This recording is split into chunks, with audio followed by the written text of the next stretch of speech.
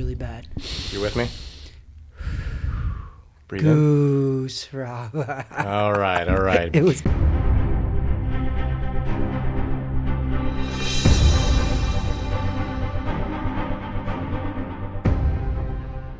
Ladies and gentlemen, boys and girls, children of all ages, this is episode 83 of Weighing In with Travis Hartman. I am B-Money, the producer. That over there is Weekend Trav, coming to you from the TH Boxing Facility, one of our media partners, along with IF Enterprises and Gulfstream Financial.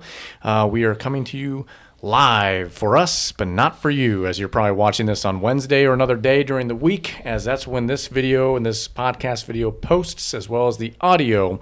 If you're catching us on Spotify, iHeartRadio, iTunes, Amazon Alexa, everywhere else you get your audio listening podcast sources, that's where we're at. But video-wise, we are here on YouTube as well as Rumble. Did I forget anything, Weekend Trav? I don't think so. Okay, good. You did solid. All business. We've been getting some solid traction on YouTube as well. I think our so. YouTube channel is getting solid traction. It looks as solid as, well, I was going to go into like a Mexican food joke because I'm part Mexican, but anyways, I can do that. Weekend Trav, it's good to see you. It's good to see you too, buddy. Kind of see you. A little rough around the edges, I think. The glasses are probably going to stay on for a while. Okay, because the reason why I mentioned that, folks, is that this is the #1 beards, bourbon, and boxing podcast shot in Orlando, Florida, specifically Laureate Park, specifically a boxing gym, specifically on the second floor in the podcast room of that boxing gym, shot on a Sunday or Monday, but today is Monday. In the world. It drops on Wednesday. We would have shot on Sunday, but somebody over here had what we call the Irish flu, though you were with some of your English boys, and had a pretty good Saturday night, it sounds like. It was a very fun Saturday night. Probably because on top of toasting life in general, we also had the Devin Haney, George Kambosos fight that was on ESPN Plus, I believe, Weekend Trav. And regular ESPN. And regular ESPN. Yep. So we had that big-time matchup on the 135ers to be the undisputed, unified champion of the world. And if our stats are right, it's the first time that division has been unified ever. That's right. Not unified. Undisputed. Undisputed. Because unified just means one or more titles. So they were undisputed, which means they have all 4 of the real belts. So very interesting. You had the Aussie George Kambosos taking on the American Devin Haney down there in Australia, and a lot of press for this fight. A lot of tell me about it. Was sold out down there, I believe. 40,000. Yeah, it was 41,129 was the official attendance, which makes it the second most attended fight in Australian modern day boxing history. Since? Second to Manny Pacquiao and Jeff Horn in 2017, that's some pretty good numbers to do for a guy like Kambosos and Devin Haney, who the average person honestly probably didn't know who they were. So for them to pull those kind of numbers, very good. Which also I think tells you where's boxing at as a whole right now. According to you, back. They never went away, but we never went away. Bigger, better than ever. So Weekend Trav, this was an interesting matchup. You had George Kambosos coming off of the upset victory against Teofimo Lopez to bring home all those titles that he had around his waist. Mm-hmm. He's there in his home country, and he's fighting U.S. native Devin Haney, who arguably is one of the best in this division, and maybe now he can actually stake his he is the best. Stake his claim on that completely. Interesting interesting style and technique. Both of these are definitely both different. Yeah. Tell me what you saw here in this fight, in this matchup, leading up to it, in the fight, and then obviously what we're going to look at down the road for both of these. I think if you go back to episode 82, when we were talking about this, I said the game plans for each guy to implement to win was going to be if Devin Haney controlled the center of the ring and boxed and used his jab and didn't let Kambosos turn it into a slug out and a dogfight, Devin Haney was going to win. Kambosos now had to make it a dogfight, get in there, rough him up, and just make it ugly, and he wasn't able to do that because Devin Haney came prepared. Devin Haney came, his fitness level was at an unreal level because he had to box and move constantly because Kambosos is good. The guy's good. He's all energy. It wasn't a one-off that he beat Teofimo Lopez. You know what I mean? So I'm not saying that he's the best in that division ever of all time. No, but the guy is a legit fighter. He was a legit world champion, and Devin Haney beat a legit guy in that guy's home country, where you're talking about Devin Haney had to be over there for a couple of weeks, more than that, I think, maybe, just to get used to that time difference, because I think it's 15 or 16 hours ahead. Yeah. So when they fought, it was actually Sunday afternoon in Australia. Interesting storyline overall for Devin Haney. He's been there for a couple of weeks, and on top of that, his father had a problem trying to get clearance into the country until basically 11th hour. He finally arrives hours before this fight, which is a huge emotional win for Devin Haney to have his father in his corner. And if anything, to me, when that happened, I thought to myself, this fight's over. All the emotion now is back in Devin Haney's corner, and it's taken away from Kambosos in his hometown with that energy.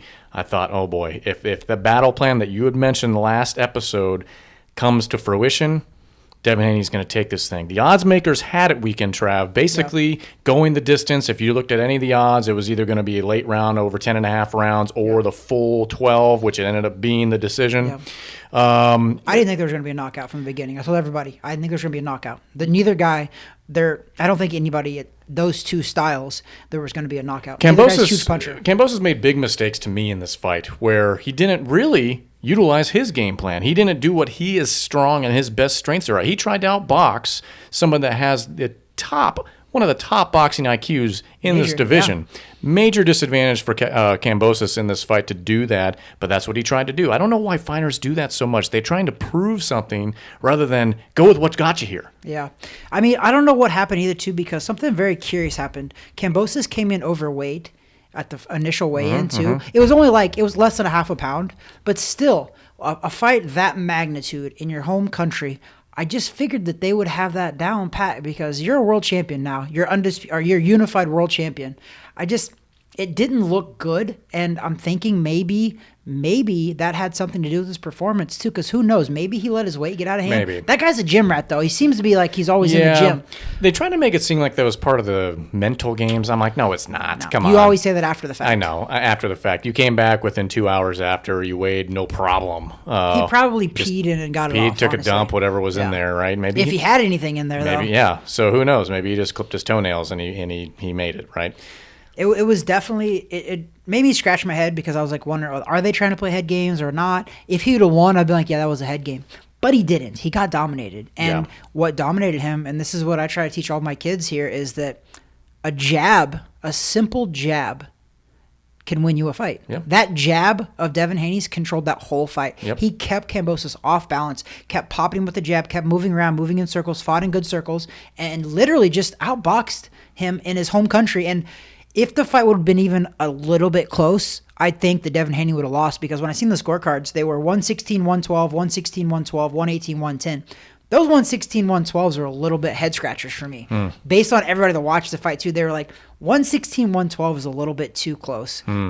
I thought the fight was probably more like a 10 rounds to 2. That 116, 112 makes it more, 8-4? So you're saying if Kambosos would have battled the way that he, let's say, was fighting with Teofimo Lopez, those scores would have tightened up, and then obviously difference typically goes to the hometown favorite, right? Especially in the home country, and that many people was rallying, 41,000 people was rallying around a guy like Kambosos. That's amazing. For a country like Australia that dealt with lockdown stuff much worse than we did for a lot longer, that's amazing that they had that kind of a crowd in attendance. That's awesome for boxing. That's awesome for Kambosos. And I don't know if to me it delivered. Most people who watched it probably didn't necessarily think that, because they thought that Devin Haney has that style that's not really fan friendly. The average person says that. For me watching it, what he does, he does what Mayweather does. He does make a fight. Most people watch it and they're like, oh, that was boring. I'm like, no, that was brilliant and masterful. Yeah. He had to have a brilliant game plan, and he executed it. And he also, it wasn't like he just danced around.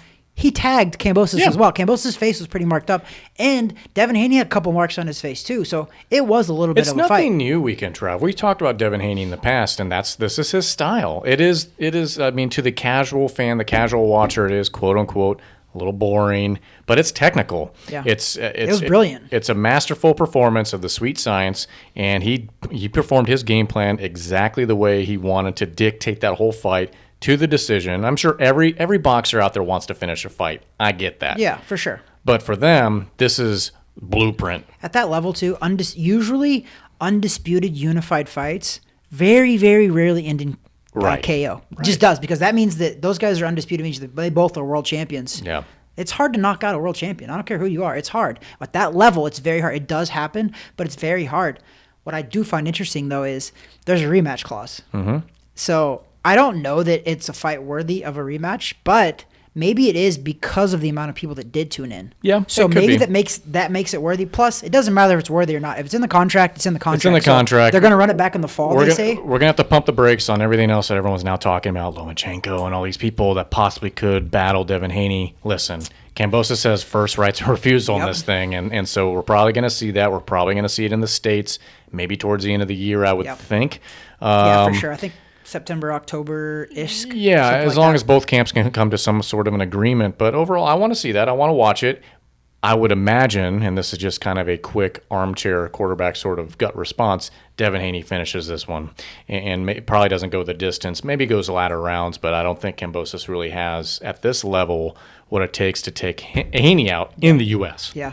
No, and he's going to have to, though. Yeah. And that's probably going to be to his disadvantage, because he's going to be thinking, I got to get this guy out of here, which means he might make more mistakes.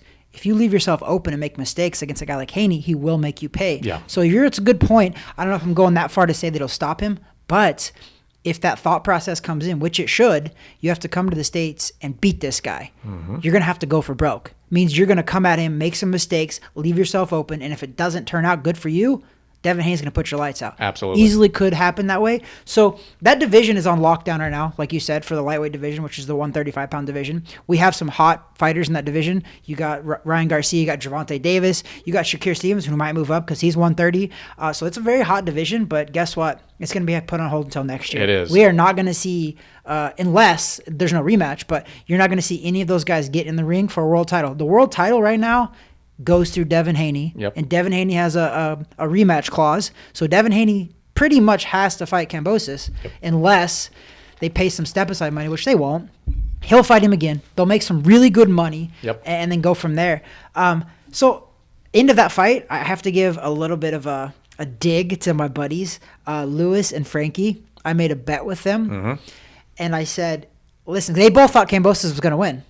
Which is funny, because just reverse, Kambosos, when he fought Teofimo Lopez, all three of us agreed, hey, we're going to bet on Kambosos. We think Kambosos can upset this guy. Well, they're still in the Kambosos train, and they're like, Travis, I think Kambosos. I was like, all right, let's make an interesting bet.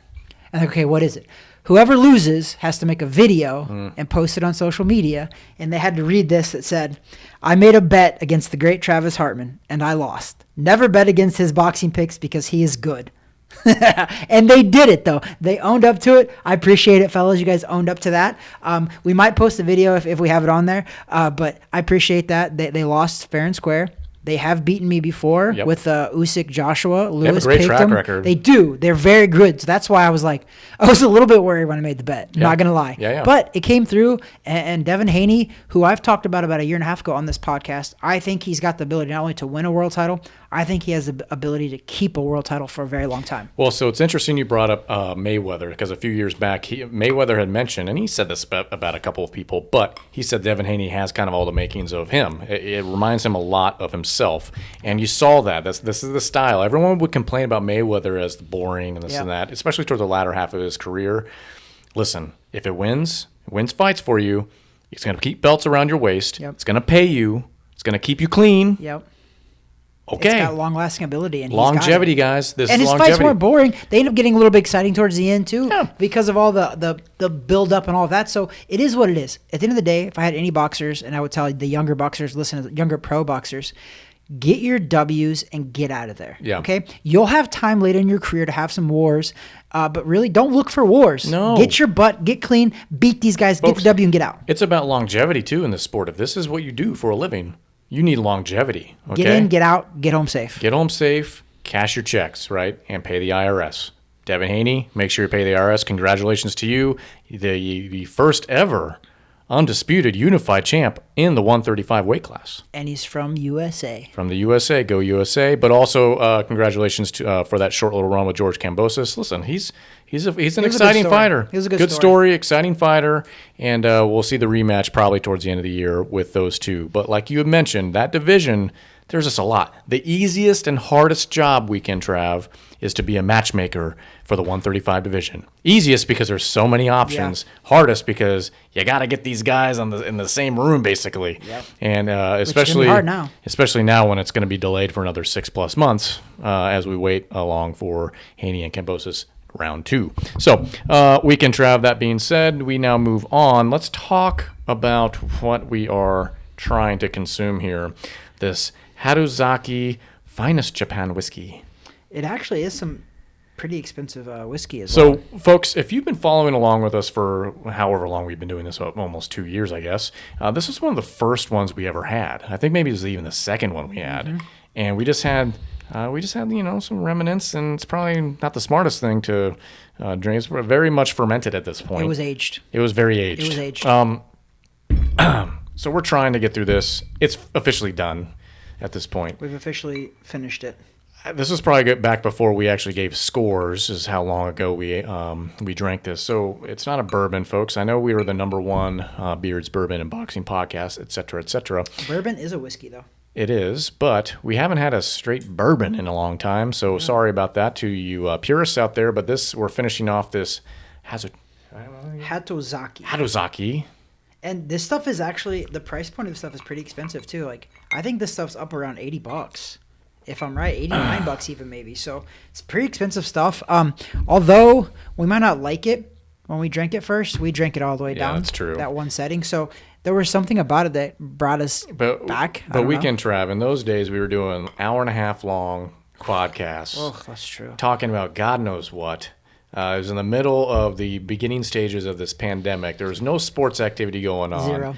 I mean, I'm sure I was making my WNBA wisecracks, things like that. Probably for a good 30 to 45 minutes. By the way, did you see they're looking to expand the WNBA into more cities? That's such a smart business idea. In the United States? Yeah. Huh. More teams, more expansion teams in the WNBA. What a smart business move. I thought they were struggling. What a smart business move. But it seems weird to me because I thought they were struggling. I thought they were struggling. When you're struggling, you expand. Is that what you're supposed to do? But I think what's going to end up happening, we're going to see some more of these conversions happen. These, like I told you back several weeks ago, these bench warmers. No. Okay. Anyways, I digress. Blame the Hatozaki, folks. So in honor of the reason why we chose this, though, is because it is Japanese, and that is where this next fight is happening, is in Japan. It's happening on Tuesday night.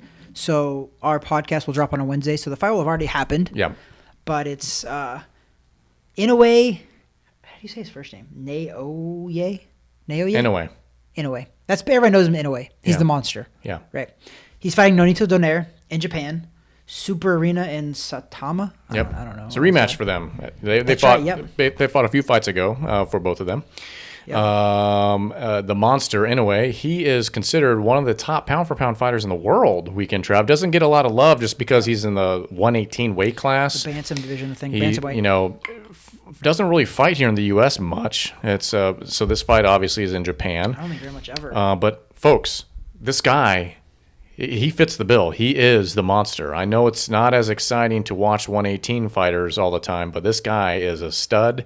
But Donaire is very, very solid himself. He's been around a long time. So the reason why the fight's pretty exciting, though, too, is the fact that Inoue has, leading up to the first Donaire fight, he knocked out 8 people in a row leading up to Donaire. Donaire and him in the first fight went the distance in a 12-rounder. And correct me if I'm wrong, wasn't that like a Fight of the Year candidate that year? I can't remember or not, but it must have been because of Inoue's just who he is. I'm pretty sure it was. And one of the scorecards had it tight, 114 to 113, which means there was probably some knockdowns or points taken away because I'm looking at the other scorecards, 116, 111. So there might have been a knockdown. But the point of it is, too, after Nonito and Inoue fought, Inoue ended up fighting 3 more times after that and knocked everybody else after that. So clearly Donaire's got something. Clearly he's got something. So Donaire is a little bit older now, a couple years older since the first one. He's 39. I watched a couple interviews with Donaire, and he doesn't seem as like, I don't know. I think the weight maybe is getting to him because he used to fight at a higher weight, kind of came down a little bit.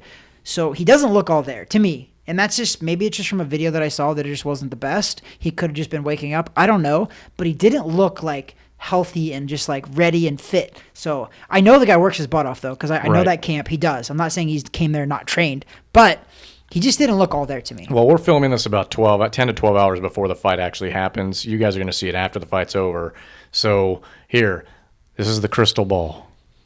Inoue's going to win. Okay. Donaire's going to retire, and it's over. Could happen. Depends on how if Inoue somehow is able to finish Donaire. He's going to finish him.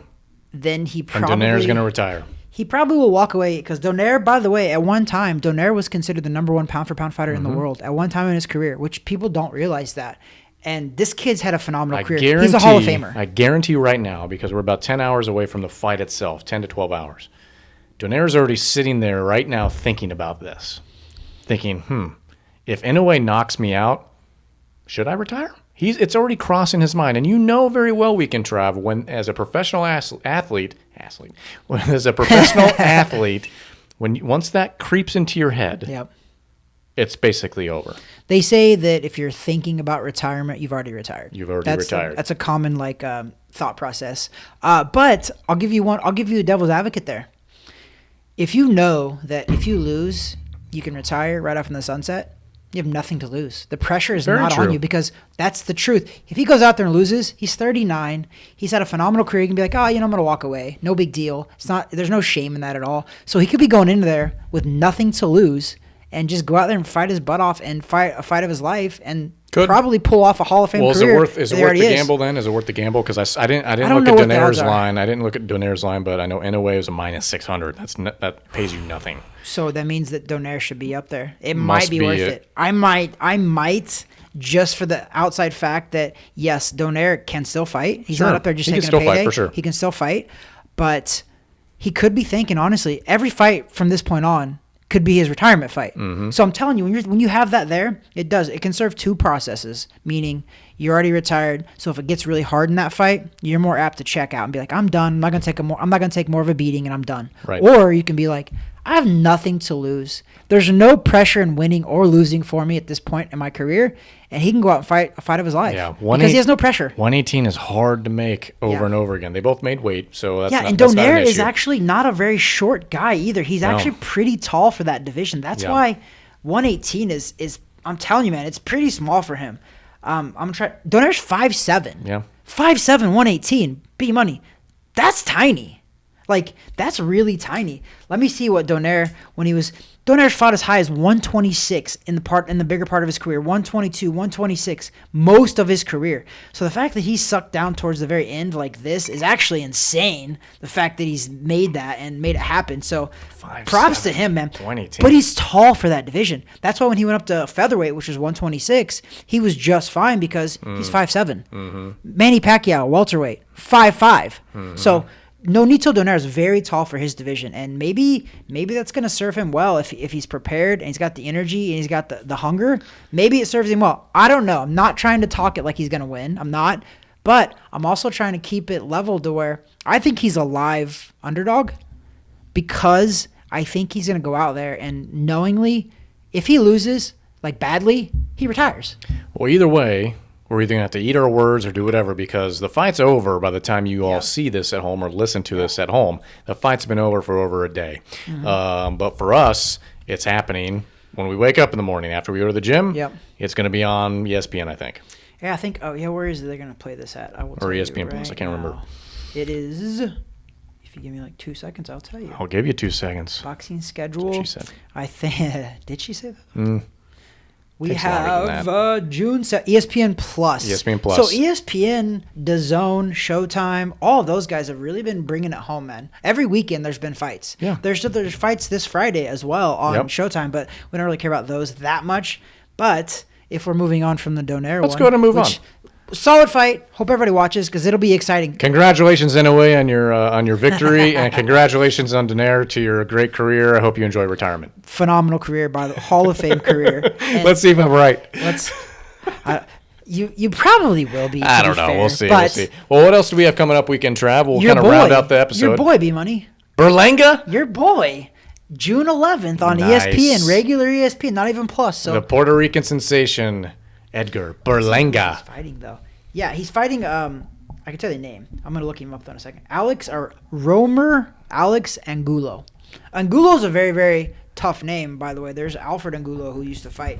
Doesn't fight anymore. Weekend Trap. I have 2 boys that I really I'm high on here. Actually 3, but one of them's hurt or he got sick. Number 1, Edgar Berlanga. Okay. We just talked about him. And then number 2, Abraham Nova. The beard. The guy, yes. He's hurt. No. Xander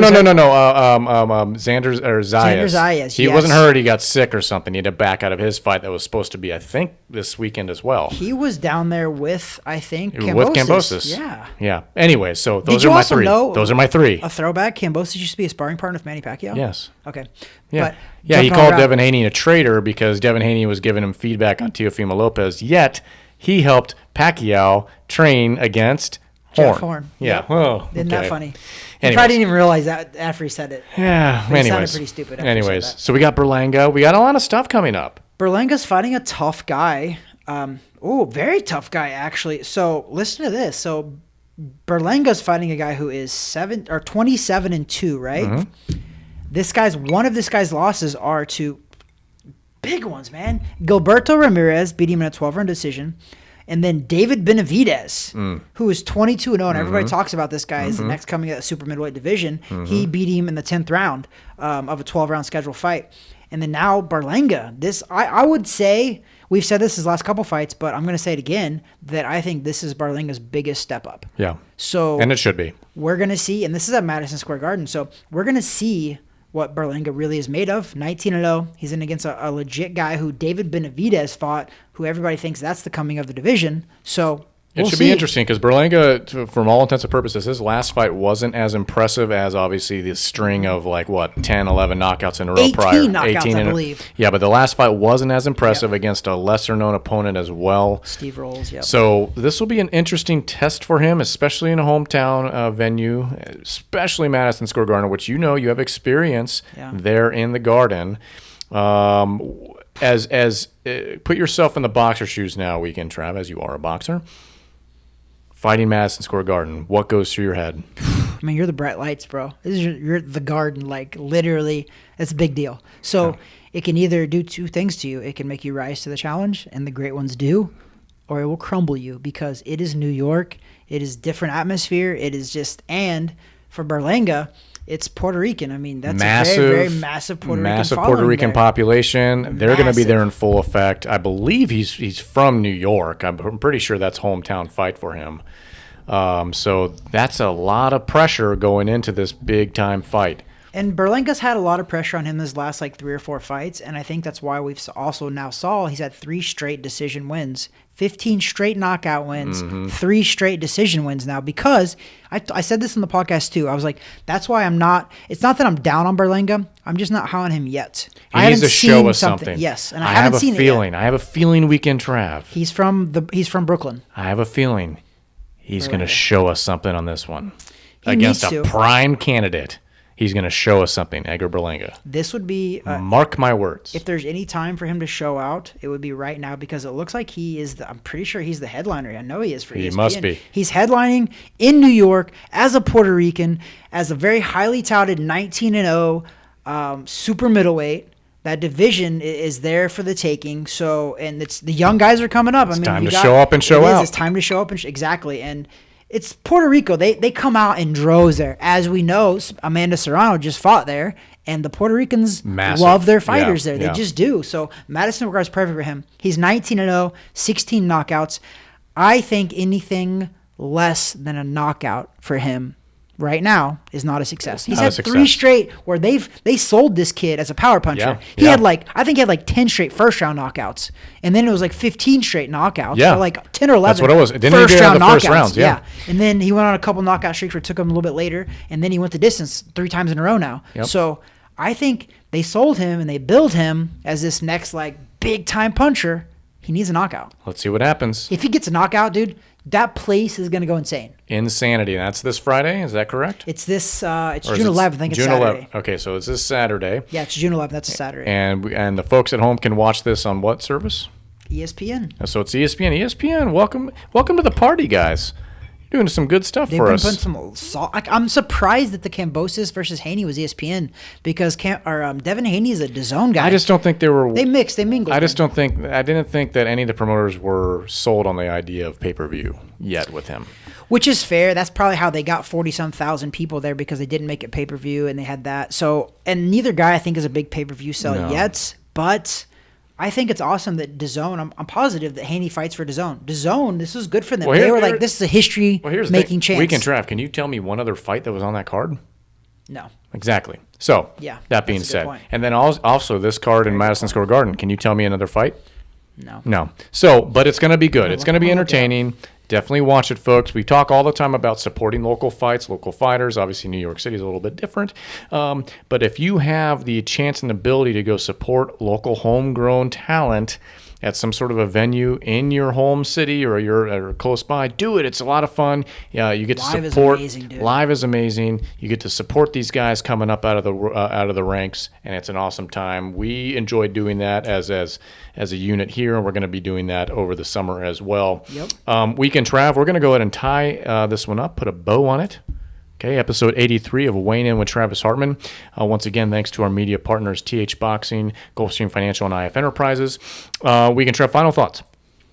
I mean, I'm a broken record, but I'm going to keep being a broken record until it's not true. Like they always say, facts don't have feelings. The facts are right now, boxing's hot. It's helping all the other combat sports as well because combat sports in general is probably hot. But I am 100%. The numbers don't lie. Boxing is the most popular combat sport right now. Television-wise, pay-wise, viewership-wise, attendance-wise, boxing is the hottest in the world. Plenty of guys in the other combat sports wanting to cross over for that money. I'm a big supporter of all combat sports. I think if anytime someone's willing to put their life and their body on the line to entertain people at home, it's an amazing thing. But boxing, definitely, the money is there right now, guys. And hopefully on the other combat sports sides where there is money, they need to start paying fighters. We've talked about that before. I don't think they're going, and that's what I wanted to mention is that I'm not trying to say boxing is better than them. I'm saying that right now, the facts are that combat sports are popular. They are. But boxing's the most popular. That can help all of them. Absolutely. That helps the other combat sports be popular too because that's why you have spinoffs, bare knuckle fighting, UFC, MMA, all of that. The tides rise all boats. Yeah. And I think that's what's going on right now. So Weekend Trav, all I could do on my side for any sort of final thought is this. I just ask if you enjoy what you listen to, subscribe below. Give us a like, give us a thumb up, comment below. I know we had good feedback on our last episode 82. And you know, just so those people at home that might still be listening, we don't delete anything. Nope. We don't delete any comments. We've never deleted one comment. I think YouTube does that for us. They do. You know, if you're saying something like a knucklehead, but if you're going to say something and it is kind of out there, we might consider it down the road, but we've never. Yeah. So if you see there's a certain number of comments and all of a sudden, hey, these guys must be covering no, we're not covering anything. So that being said, I left the bad ones even, like a couple of the ones that obviously were really trashed on me. I left it. Like we don't delete them, like literally. So what I will say though, if you're not subscribing below, I'm just kind of curious because what's going to end up happening, folks, is this is what's going to happen. You're going to get one of these one day. Hello? Are you subscribed to the Weighing In with Travis Hartman podcast? Heck no. Who is this? Right. I'll go subscribe tomorrow. Right in the kisser. B Money punching people now. I'm usually not the guy that does that. Punching people. I'm not the guy that does that, but I will be. Subscribe below, folks, because you know what? Why not? Well, you subscribe to cat videos and I don't know who else. I don't know. I don't know the YouTube scene very well. I don't subscribe to cat videos. There's a bunch of popular YouTube videos that are silly that I've never heard of, and this guy's got like 20 million followers. I'm like, I've never heard of this person. No, me either. But well. So we can try anything else? No, I think we're good. I think we are good. And that's it for us from here on the second floor of this boxing gym on the TH Boxing facility in Laureate Park, specifically Orlando, Florida, shooting the #1 Beers, Bourbon, and Boxing podcast. In the world. In the world. Thank you so much for joining and tuning in. God bless. Boom.